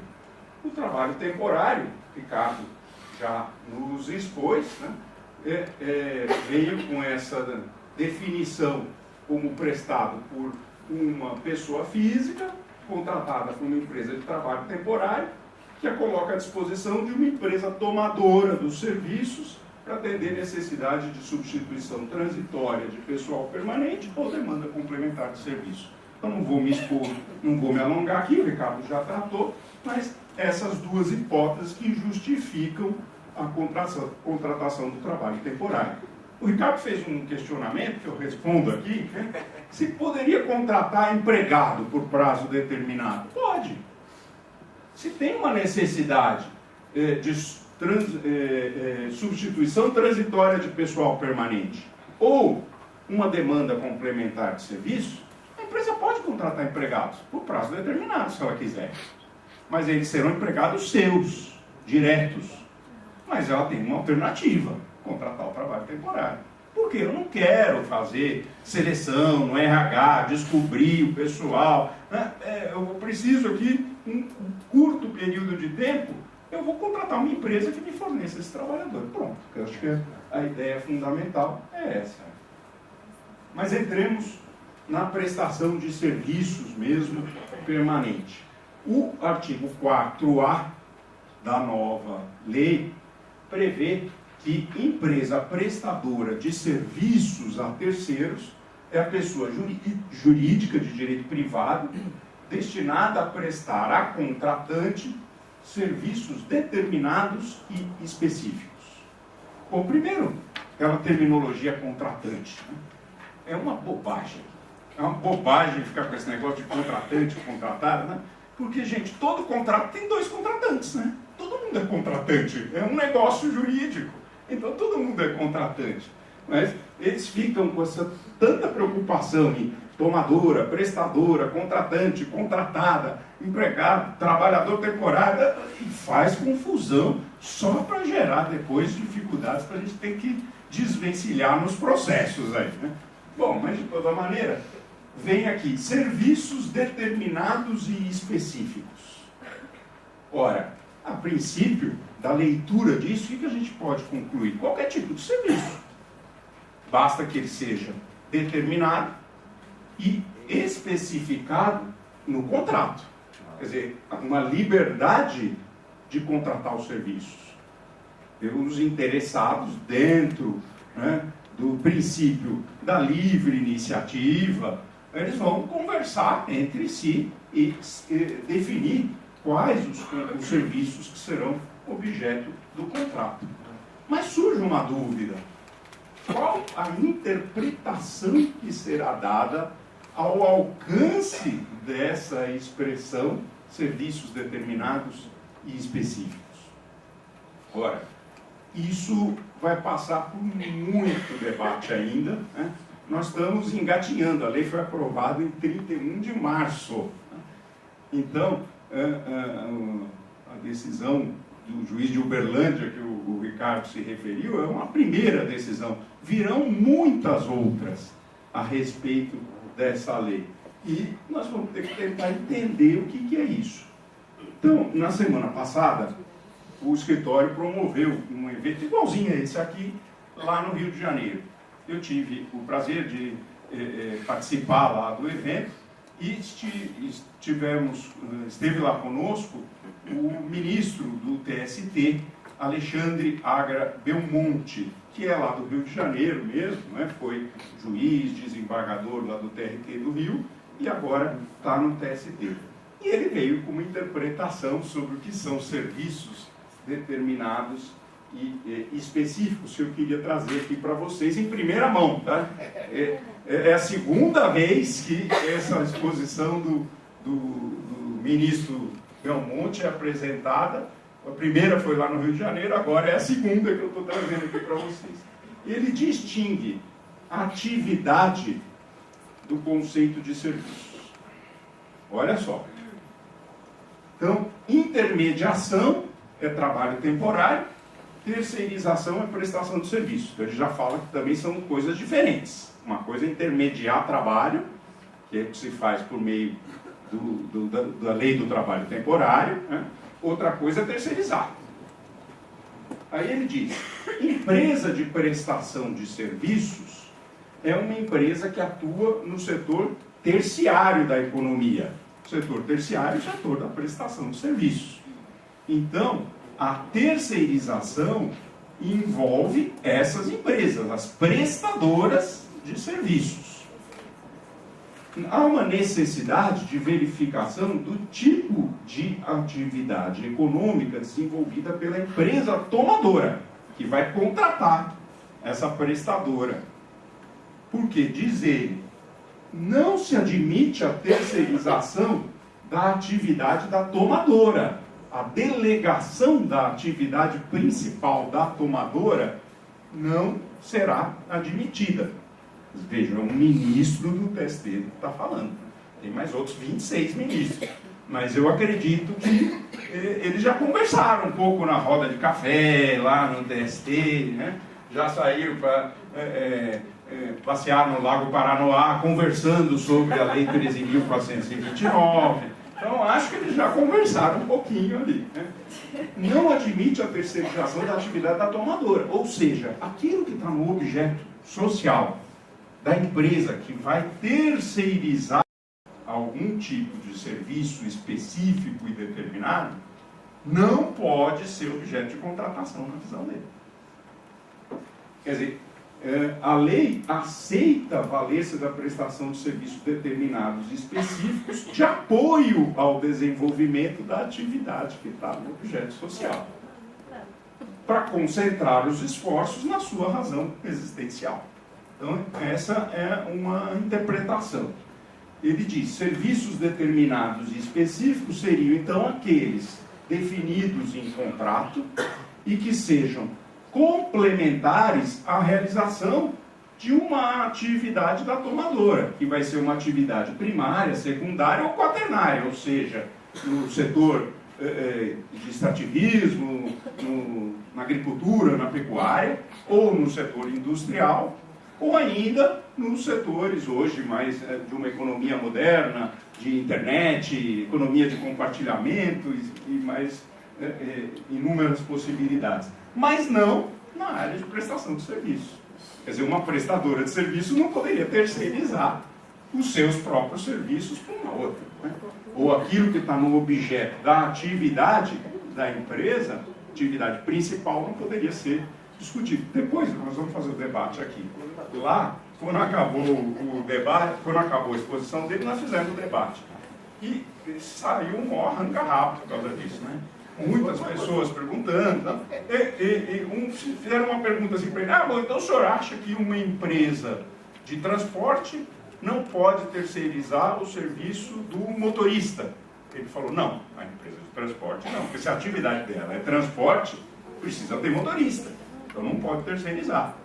Agora, uma outra empresa, uma indústria que contrate um fretado para levar os seus empregados, né, para realizar a sua atividade, ela pode contratar um motorista, quer dizer, um serviço de transporte, e aí ela não precisa ter esse motorista. Essa foi, vejam a justificativa que ele está dando. E interessante, porque com isso, ele mantém mais ou menos, porque perguntaram isso para ele, então quer dizer que a 331 não mudou. E ele diz, a nova lei abandona os conceitos de atividade fim e atividade meio. Quer dizer, então a súmula 331 alterou, diz ele. Ele acha que vai alterar. Né? Por quê? Se se tratar de serviço complementar à realização da atividade constante do objeto social da empresa, a terceirização é lícita. Então não interessa interessa discutir se é atividade fim ou atividade meio. O que precisa ver se é complementar a atividade econômica que consta do objeto social da empresa contratante dos serviços específicos e determinados. Ou seja, ele diz, amplia as hipóteses de terceirização, passando a abranger serviços como os de instalação, esses exemplos são todos deles, né? Instalação, manutenção, conservação, call center, correspondência bancária.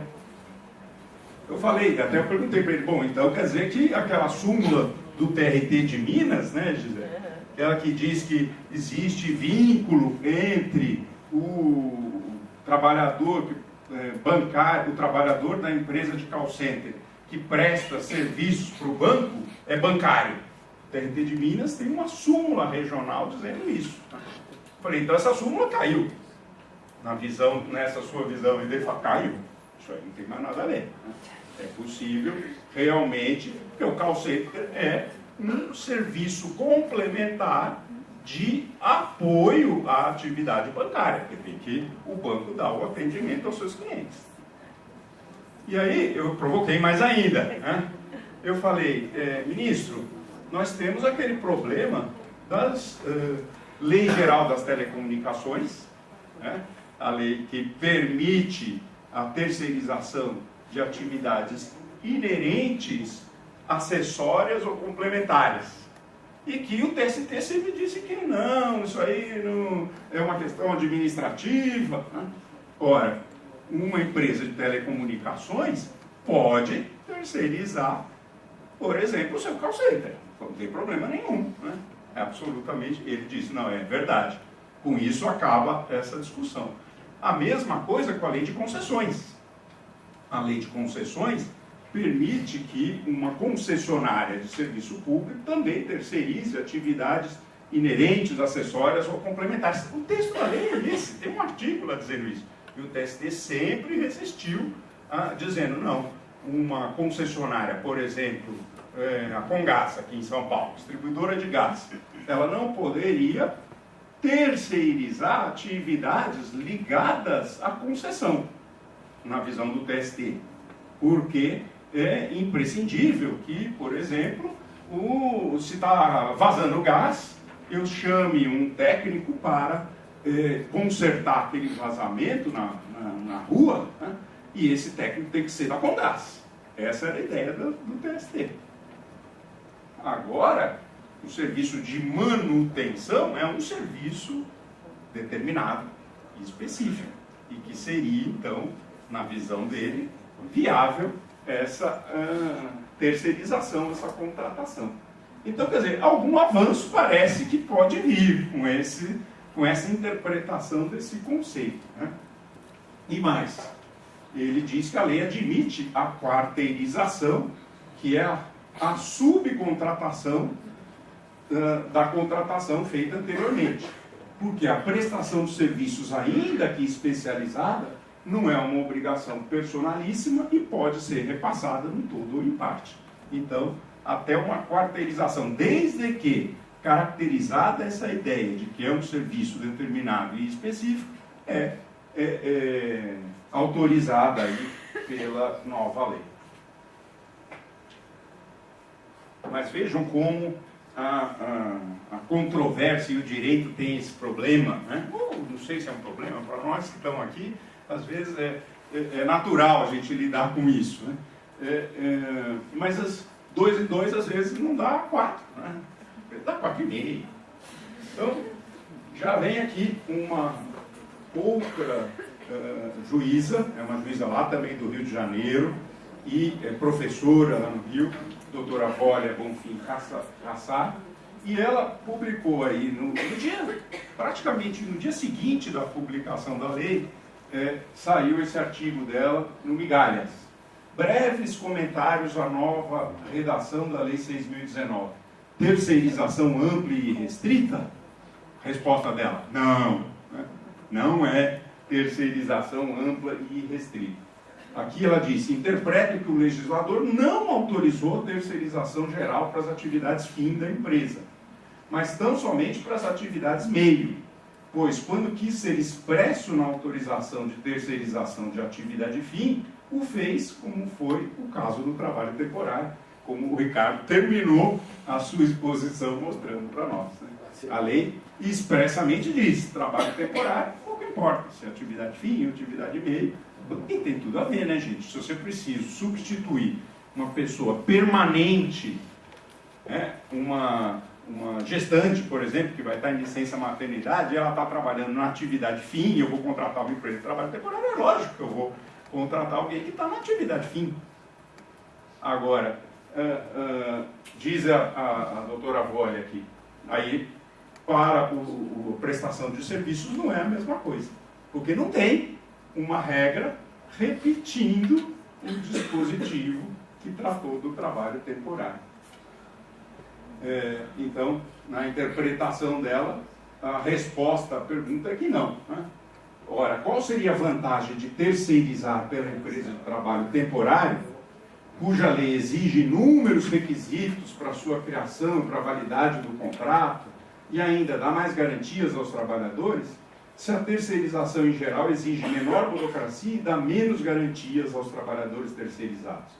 A terceirização em geral esvazia a outra, que essa se torna mais onerosa se comparada à temporária. Então, resposta dela. Vejam, dois juízes diferentes, aliás, da mesma região, os dois do Rio de Janeiro, né?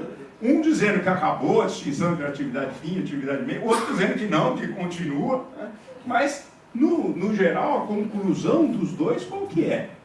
Não houve uma terceirização ampla, geral e restrita por meio dessa lei recentemente aprovada. O Criota chuva. E aí, para dar razão a que esses dois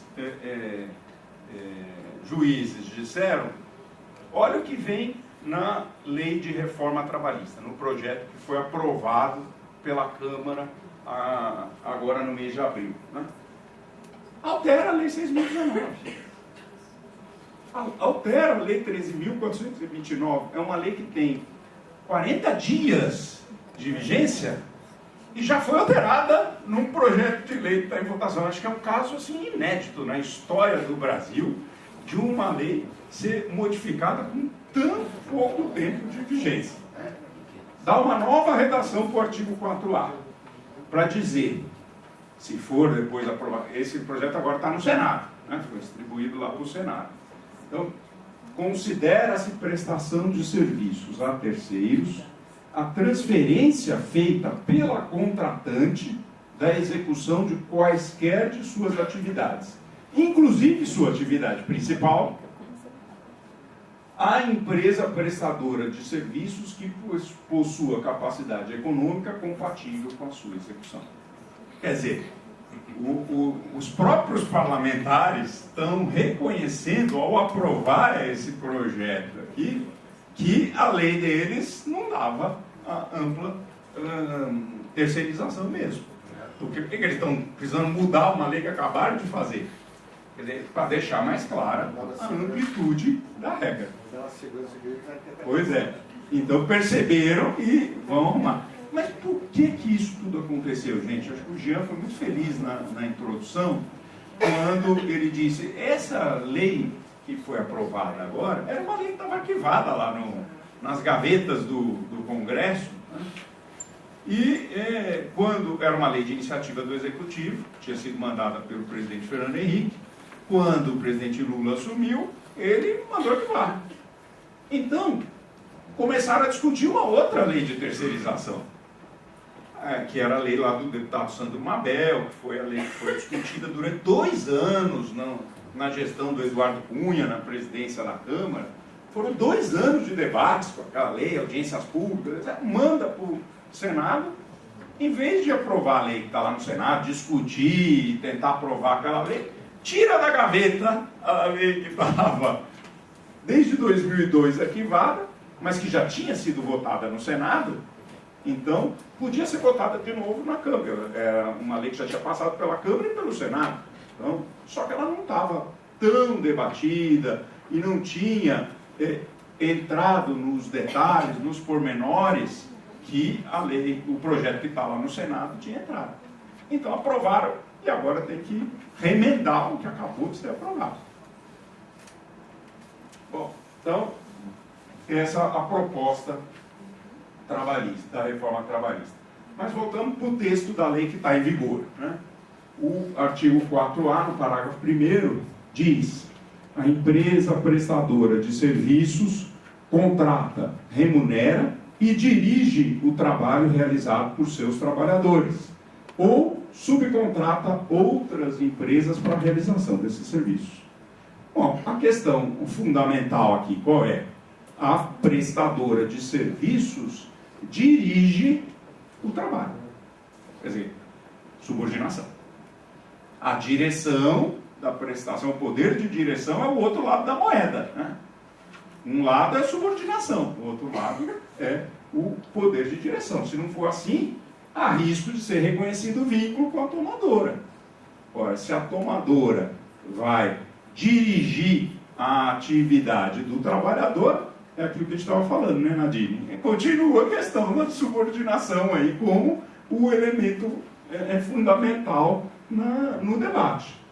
Na prática, como fazer valer essa regra sem afetar o negócio da tomadora? Quer dizer, a questão da subordinação direta permanece. Súmula 331, isso está lá expresso nessa súmula.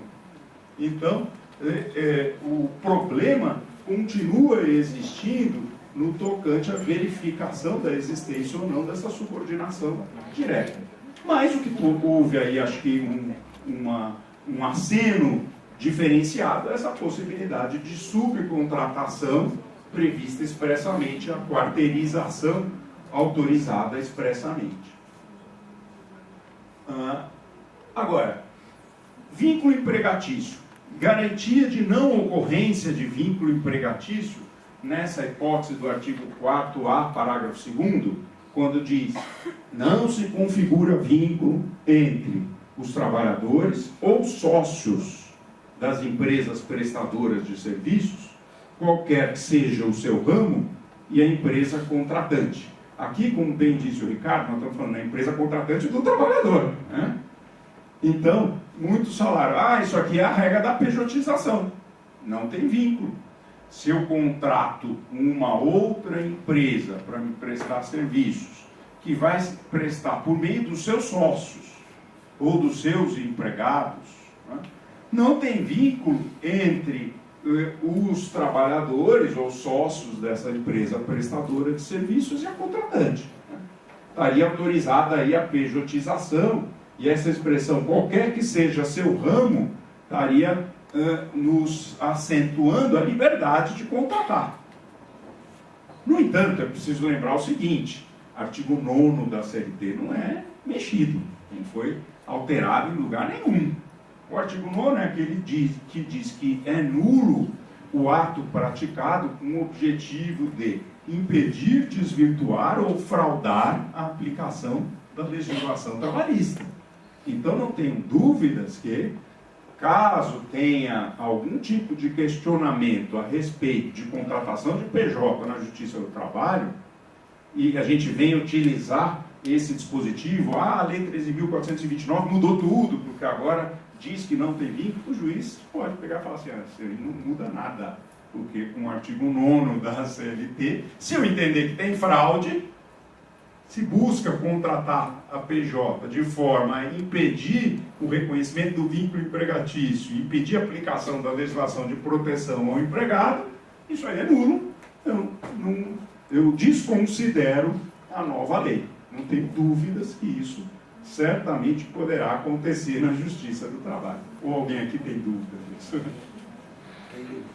Bom, o governo vai editar MP sobre pejotização. Saiu essa semana a notícia.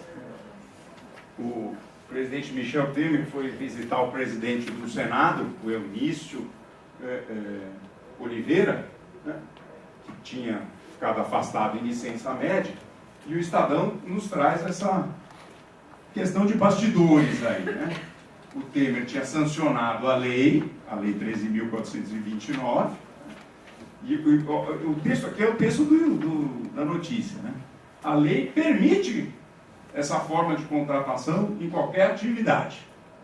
Os jornalistas, eles nunca pensam, eles não entram, né? A mídia fala de forma geral, né? Eles não entraram no detalhe que nós estamos entrando aqui, estamos discutindo aqui hoje. O tema voltará a ser discutido porque a Câmara não incluiu na reforma trabalhista pontos que ficaram fora da lei, como a pejotização, que permite admitir sem carteira assinada, entre outros. Com isso, Temer tenta evitar que o Senado mexa na reforma. Temer visitou o Eunício, viu dele que se a MP demorar a sair, a prioridade do Senado será o projeto de terceirização. Ou seja, olha a insegurança que nós estamos passando nesse momento, né? Parece que a lei veio para nos dizer, puxa, então agora temos um marco legal para a terceirização. Não é apenas uma súmula do TST, agora temos um marco legal.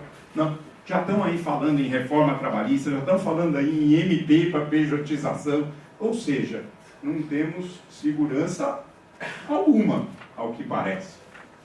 Mas voltemos aí para a lei e para os requisitos que ela estabelece para a empresa de prestação de serviços. Então, exige, né, para o funcionamento dessa empresa, primeiro, prova de inscrição no CNPJ, segundo, registro na junta comercial. Gente, escorregada do legislador. Empresa de prestação de serviço, por que ela precisa de registro na junta comercial? Ela poderia ter o registro apenas, então, somente no cartório de pessoas jurídicas. Quer dizer, então, criou uma exigência e, na verdade, não há muito fundamento para isso. Eu acho que vão dar algum jeito de alterar isso. Então, havia um decreto aí explicando que também pode ter o registro, né, no cartório de pessoas jurídicas, etc. Capital social compatível, né, aí dependendo do tamanho da empresa, o capital social vai ser variado aí, levando em consideração o número de empregados. Fala, Gê. Otávio, só uma interrupção.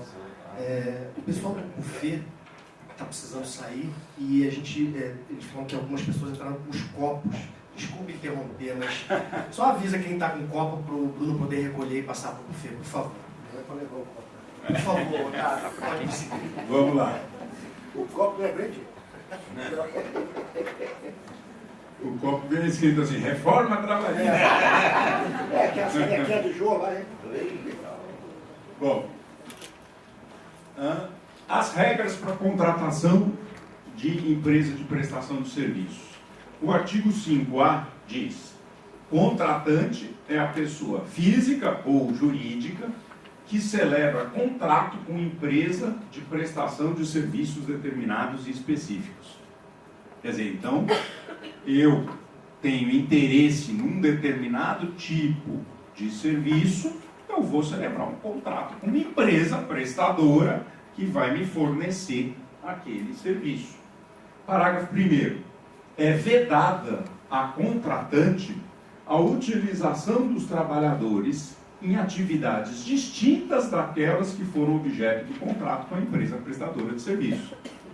Quer dizer, eu contrato uma empresa prestadora de serviços de vigilância, né? Eu não posso pegar depois o vigilante para ser digitador. Não tem sentido. Quer dizer, eu estou contratando por um serviço determinado e específico, é aquele serviço que será executado. Quer dizer, não é possível alterar o objeto do contrato, há que ser preservado aquele serviço determinado e específico a ser prestado e que foi o objeto da contratação. Mas, ainda o projeto da reforma trabalhista foi aprovado lá na Câmara, está no Senado, e prevê a alteração do artigo 5A, para dizer: contratante é a pessoa física ou jurídica que celebra contrato com empresa de prestação de serviços relacionados a quaisquer de suas atividades, inclusive sua atividade principal. Quer dizer, acaba com o conceito de serviços determinados e específicos. Nós estamos tentando entender o conceito, gente. Eles já querem acabar. Já vai mudar, se aprovar a tal da reforma trabalhista. Mas, voltamos para o texto da lei em vigor. Regras para a contratação da empresa de prestação de serviço. Os serviços contratados poderão ser executados nas instalações físicas da empresa contratante ou em outro local de comum acordo entre as partes. Então, quer dizer, o local da prestação fica a critério das partes. Pode ser até fora do estabelecimento da empresa tomadora, contratante daquele serviço. Parágrafo 3º. É responsabilidade da contratante garantir as condições de segurança, higiene e salubridade dos trabalhadores quando o trabalho for realizado em suas dependências ou local previamente convencionado em contrato. Então, quem contrata a empresa de prestação de serviços tem a obrigação de garantir a observância das normas de segurança, higiene e salubridade. Então, pois não, fala. Só uma dúvida.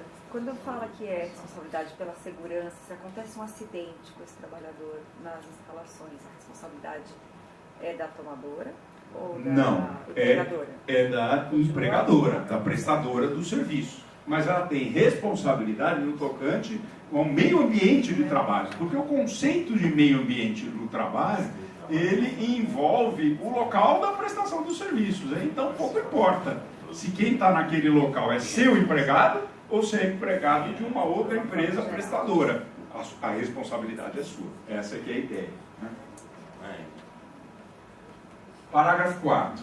A contratante poderá estender ao trabalhador da empresa de prestação de serviços o mesmo atendimento médico, ambulatorial, de refeição destinado aos seus empregados. Quer dizer, aquilo que o Ricardo já tinha nos adiantado aqui, né? A extensão desses benefícios é facultativa, não é obrigatória. Mas vejam, já surge aqui uma discussão que eu queria também, na linha do Ricardo, colocar aí uma dúvida na cabeça. O que é atendimento médico? É o serviço especializado de medicina e segurança do trabalho? Ou é, por exemplo, o plano de saúde? Não, o plano de saúde é. O plano de saúde está fora.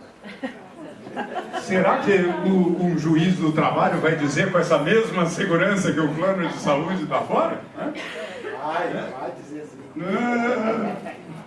Então, quer dizer, já surgem essas questões. Parágrafo 5º. A empresa contratante é subsidiariamente responsável pelas obrigações trabalhistas referentes ao período em que ocorrer a prestação dos serviços e o recolhimento das contribuições previdenciárias, observará o disposto na lei lá previdenciária. Né? Então, a responsabilidade subsidiária, inclusive com a retenção de 11% do valor da nota, tudo isso está aí regulado pela nova lei. Reforma trabalhista. Previsão de inclusão de um artigo 4C. E esse artigo 4C vai ter uma série de novidades aí. Então, assegurando ao empregado da prestadora de serviços, quando e enquanto os serviços, que podem ser de qualquer uma das atividades da contratante, forem executados nas dependências da tomadora, as mesmas condições. Então, assegurando as mesmas condições. Já mudaria, né, que pode estender ou não. Vai ter que assegurar as mesmas condições relativas à alimentação, quando oferecida em refeitórios, direito de utilizar serviços de transporte, atendimento médico ou ambulatorial existente nas dependências da contratante ou local por ela designado. Acho que aí responde, né? É na dependência e não o serviço fora. Treinamento adequado fornecido pela contratada quando a atividade o exigir. E ainda condições sanitárias de medidas de proteção à saúde e de segurança no trabalho e de instalações adequadas à prestação dos serviços. Isso quer dizer, se aprovada a reforma trabalhista, que altera a lei, né? Acabou de ser aprovada. Mais artigo na reforma do que na lei. Contratante e contratada poderão estabelecer, se assim entenderem, que os empregados da contratada farão jus a salário equivalente ao pago aos empregados da contratante, além de outros direitos. Né? Quer dizer, fica a critério delas aí no contrato. Né? E nos contratos que impliquem mobilização de empregados da contratada em número igual ou superior a 20% dos empregados da contratante, essa poderá disponibilizar aos empregados da contratada o serviço de alimentação e atendimento ambulatorial em outros locais apropriados e com igual padrão de atendimento, com vistas a manter o pleno funcionamento dos serviços existentes. Poder prestar esses serviços de atendimento médico e ambulatorial até de forma diferente aí em outra localidade.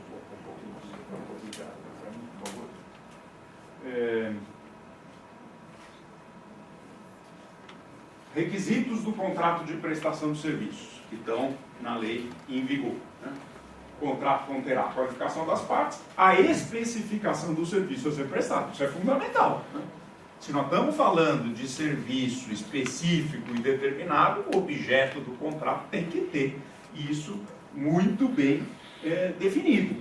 Qual é o serviço? Até porque nós vimos o trabalhador não pode ser utilizado num outro serviço que não aquele que tenha sido objeto dessa contratação. O prazo para a realização do serviço, quando for o caso, e o valor desse contrato.